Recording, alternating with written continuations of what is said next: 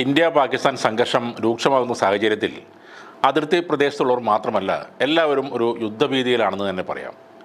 ഈ അവസരത്തിൽ യുദ്ധഭൂമിയിൽ നിർണായകമായ ഒരു ഇടപെടലിനായി ഒരുങ്ങുകയാണ് DRDO എന്ന ഡിഫൻസ് റിസർച്ച് ഡെവലപ്മെൻറ്റ് ഓർഗനൈസേഷൻ. സൈനികരുടെ അപകട സാധ്യത കുറയ്ക്കാൻ മനുഷ്യ റോബോട്ടുകളെ തയ്യാറാക്കുകയാണ് DRDOയിലെ നമ്മുടെ സയൻറ്റിസ്റ്റുകൾ. സംഘർഷ മേഖലകളിൽ സൈനിക നടപടികളുടെ മുൻനിരയിൽ ഈ റോബോട്ടുകളെ നിർത്താൻ ആകുമെന്ന് DRDO അധികൃതർ പറയുന്നുണ്ട്.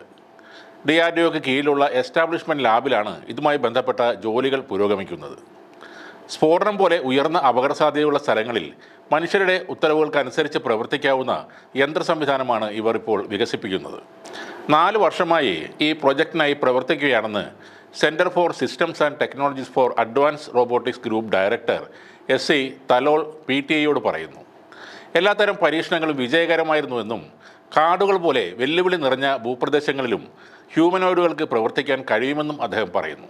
ഓപ്പറേറ്റ് ചെയ്യുന്ന ആളിൻ്റെ നിർദ്ദേശങ്ങൾ മനസ്സിലാക്കാനും അതെല്ലാം അതേപോലെ നടപ്പിലാക്കാനുമുള്ള റോബോട്ടിൻ്റെ കഴിവ് മെച്ചപ്പെടുത്തുന്നതിനുള്ള പരീക്ഷണങ്ങളാണ് ഇപ്പോൾ നടത്തിക്കൊണ്ടിരിക്കുന്നത്.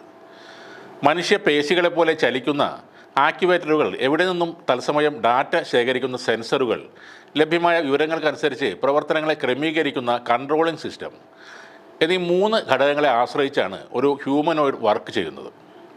സ്വതന്ത്രമായി പ്രവർത്തിക്കാൻ പൊതുവെ ഭാരം കുറഞ്ഞ കൈകളാണ് ഇവയ്ക്ക് നൽകിയിരിക്കുന്നത്. അതുകൊണ്ട് തന്നെ മൈനുകൾ, സ്ഫോടക വസ്തുക്കൾ, ദ്രാവകങ്ങൾ തുടങ്ങിയവ കൈകാര്യം ചെയ്യുന്നതിൽ ഇത് കൂടുതൽ ഫലപ്രദമായിരിക്കും. ഹ്യൂമനോയിഡുള്ള സിസ്റ്റം രാത്രിയോ പകലോ തടസ്സമില്ലാതെ പ്രവർത്തിക്കുന്ന തരത്തിലാണ് ഉള്ളത്.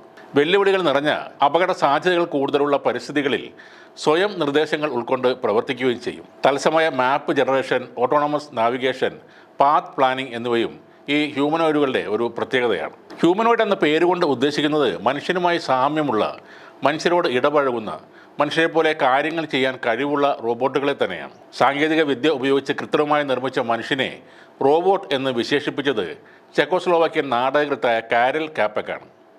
1920 പബ്ലിഷ് ചെയ്ത അദ്ദേഹത്തിൻ്റെ ഒരു നാടകത്തിലാണ് ഈ വാക്ക് ആദ്യമായി ഉപയോഗിച്ചത്. റോസംസ് യൂണിവേഴ്സൽ റോബോട്ട്സ് എന്നായിരുന്നു ആ നാടകത്തിൻ്റെ പേര്. കഴിഞ്ഞ കുറച്ച് പതിറ്റാണ്ടുകളായി റോബോട്ടിക് സാങ്കേതികവിദ്യയിൽ വലിയ മുന്നേറ്റങ്ങൾ ഉണ്ടായിട്ടുണ്ട്. മനുഷ്യൻ്റെ ചലനത്തെയും ചിന്തകളെയും അനുകരിക്കാനും പരിസ്ഥിതിയുമായി ഇടപഴകാനുമുള്ള അവരുടെ കഴിവുമാണ് പുതിയ ഹ്യൂമനോയിഡുകളെ ഇപ്പോൾ അത്ഭുതമാക്കി മാറ്റുന്നത്.